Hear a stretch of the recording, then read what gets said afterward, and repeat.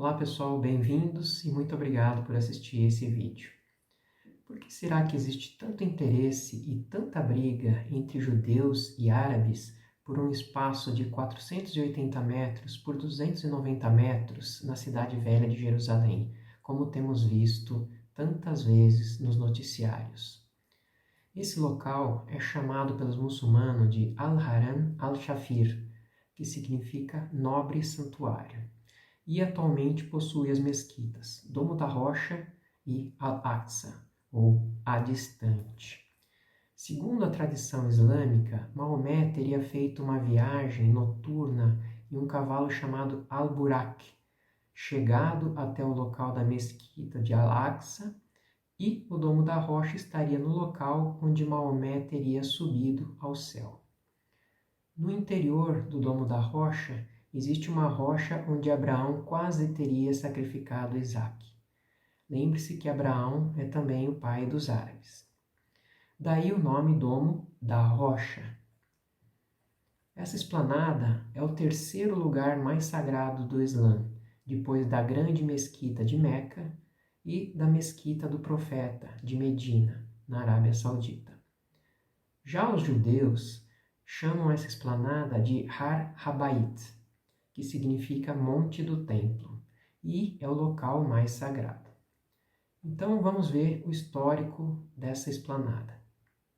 A importância começa na época de Abraão, como disse antes. Então disse Deus: tome seu filho, seu único filho, Isaque, a quem você ama, e vá para a região de Moriá. Sacrifique-o ali como holocausto num dos montes que lhe indicarei. Moriá era tradicionalmente associado com Jerusalém. 1060 anos depois, durante as conquistas de terra do rei Davi, seu exército atacou a fortaleza da cidade de Jerusalém, que era inexpugnável até então, com seus altos muros. O rei, no caso Davi, e seus soldados marcharam para Jerusalém para atacar os jebuseus que viviam lá. E os jebuseus disseram a Davi: você não entrará aqui, até os cegos e os aleijados podem se defender de você. Eles achavam que Davi não conseguiria entrar, mas Davi conquistou a fortaleza de Sião, que veio a ser a cidade de Davi. Naquele dia, disse Davi: quem quiser vencer os jebuseus terá que utilizar a passagem de água para chegar àqueles cegos e aleijados, inimigos de Davi. É por isso que dizem: os cegos e aleijados não entrarão no palácio. Davi passou a morar na fortaleza e chamou-a Cidade de Davi.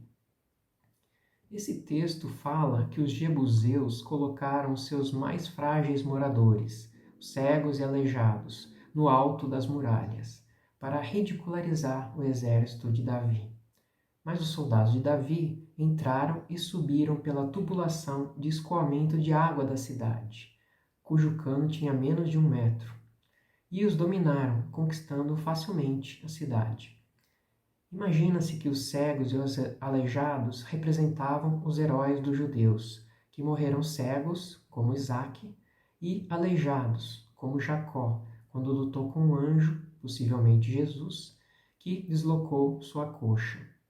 Ou seja, tiravam sarro porque os principais heróis do povo judeu eram cegos e aleijados. Depois de um tempo, quando Davi estava devidamente instalado em seu palácio em Jerusalém, ele começou a ficar incomodado por morar em um lugar muito confortável e a Arca da Aliança estar ainda em uma tenda, como no tabernáculo nos tempos de Moisés. E assim consultou o profeta Natã para ver se ele poderia construir um templo para a arca e, consequentemente, para Deus habitar. O rei Davi já morava em seu palácio e o Senhor lhe dera descanso de todos os seus inimigos ao redor. Certo dia, ele disse ao profeta Natã: aqui estou eu, morando num palácio de cedro, enquanto a arca de Deus permanece numa simples tenda. Mas Deus respondeu a Davi por meio de Natã: e providenciarei, Deus aqui falando, um lugar para Israel, o meu povo, e os plantarei lá, para que tenham o seu próprio lar e não sejam mais incomodados. povos ímpios não mais os oprimirão, como fizeram no início. Quando a sua vida chegar ao fim e você descansar com seus antepassados, escolherei um dos seus filhos para sucedê-lo, um fruto do seu próprio corpo, e eu estabelecerei o reino dele. Será ele quem construirá um templo em honra ao meu nome, e eu firmarei o trono dele para sempre. Ou seja, Deus não permitiu que Davi construísse o templo. E por que não? 2 Samuel 24 e 1 Crônicas 21 contam a história de como Davi foi tentado por Satanás para fazer um recenseamento no povo, para saber quantos homens teria capazes de guerrear. Davi foi advertido pelo seu comandante Joabe que seria errado fazer isso, porque seria mais por questão de orgulho, para exibir o seu exército que criou e se vangloriar perante todos. Deus não gostou dessa atitude de Davi e deixou que escolhesse um castigo entre 3 opções: 3 anos de fome, 3 meses fugindo de adversários ou 3 dias de praga entre todo o povo. Davi escolheu os 3 dias de praga e 70.000 pessoas ou homens de Israel morreram. Deus enviou um anjo para destruir Jerusalém, mas quando o anjo do Senhor, que possivelmente Jesus, estava na eira de um homem chamado Araúna ou Ornã, Deus pediu para parar a matança e não destruir Jerusalém. Eira é o local onde se amassam cereais, um local bem plano. O anjo do Senhor foi visto por Davi nos ares, e Davi rogou a ele para livrar seu povo de um castigo que deveria recair somente a ele. Então o anjo pediu a Gade, um vidente de Davi, para construir um altar de sacrifícios ali mesmo naquele local. Depois disso, o anjo do Senhor mandou Gade dizer a Davi que construísse um altar ao Senhor na eira de Araúna, o jebuseu.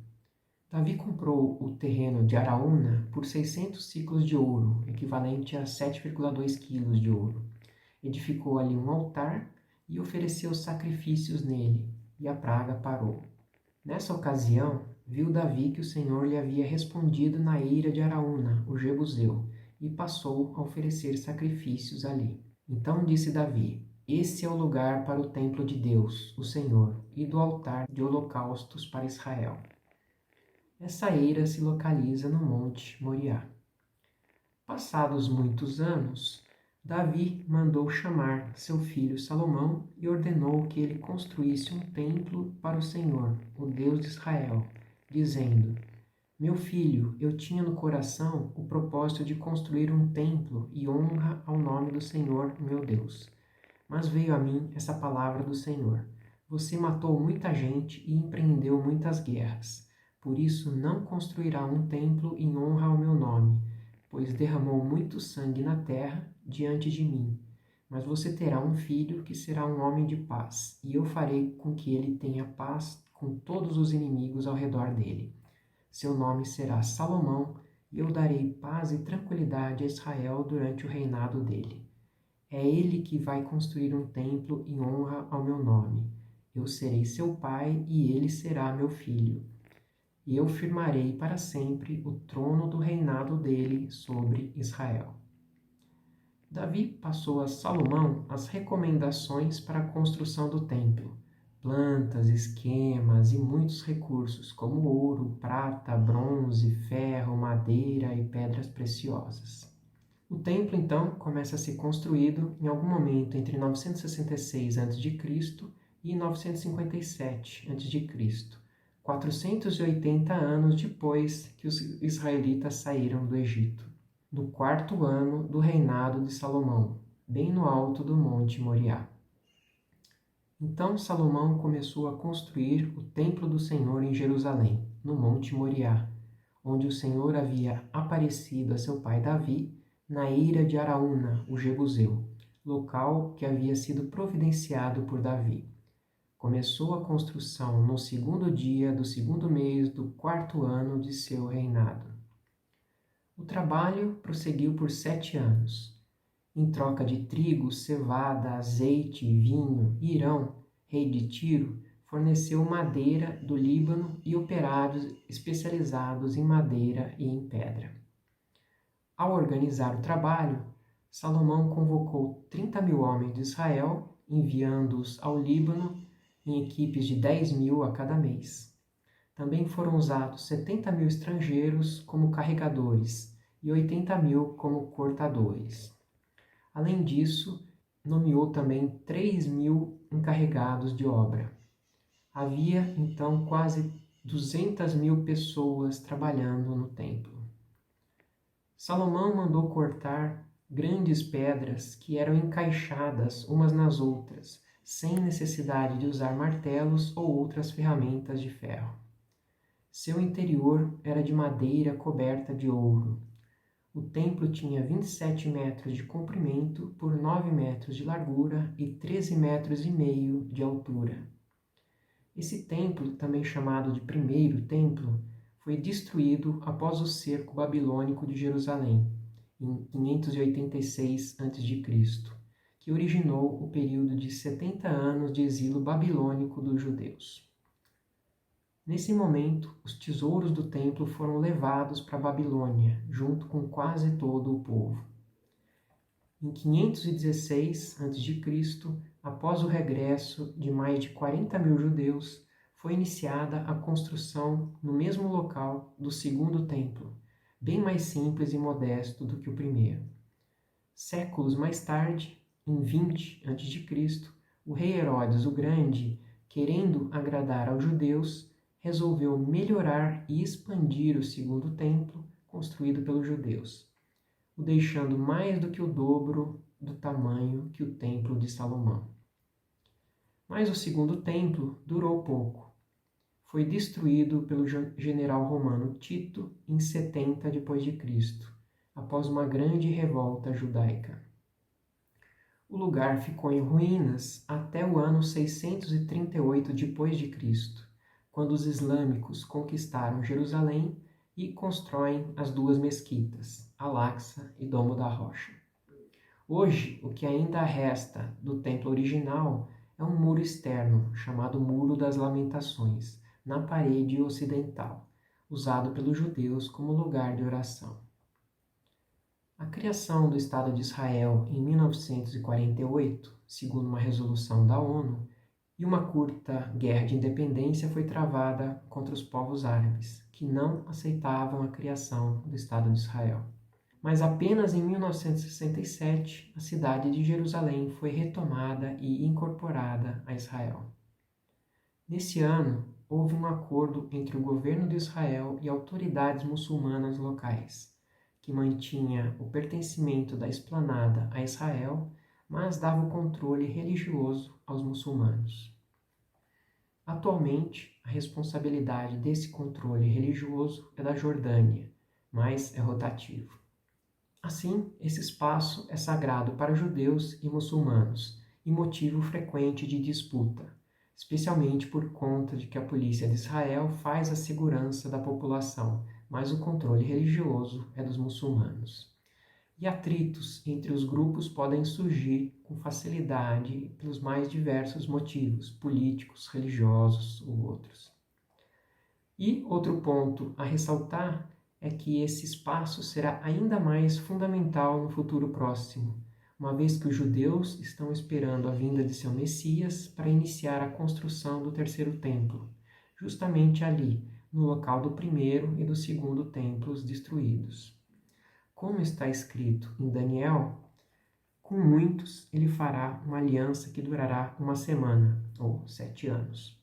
No meio da semana, ou aos 3 anos e meio, ele dará fim ao sacrifício e à oferta, e numa ala do templo será colocado o sacrilégio terrível, até que chegue sobre ele o fim que lhe está decretado. Ou seja, o anticristo acabará com os sacrifícios e as ofertas que ocorrerão no templo, pois os judeus não estão fazendo sacrifícios agora sem o templo. Assim, terá que ser reconstruído o terceiro templo no período de 7 anos de tribulação, ou nas 70 semanas de Daniel. Isso também é confirmado mais adiante em Daniel. Suas forças armadas se levantarão para profanar a fortaleza e o templo, acabarão com o sacrifício diário e colocarão no templo o sacrilégio terrível. E também Paulo profetiza isso aos Tessalonicenses.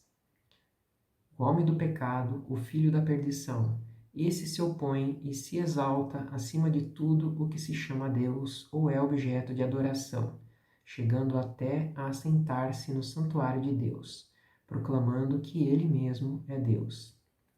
Ou seja, essa esplanada foi e cada vez será mais crucial para a história, seja no passado, no presente ou no futuro. Espero que tenha entendido um pouco dessa situação complexa e até o próximo vídeo.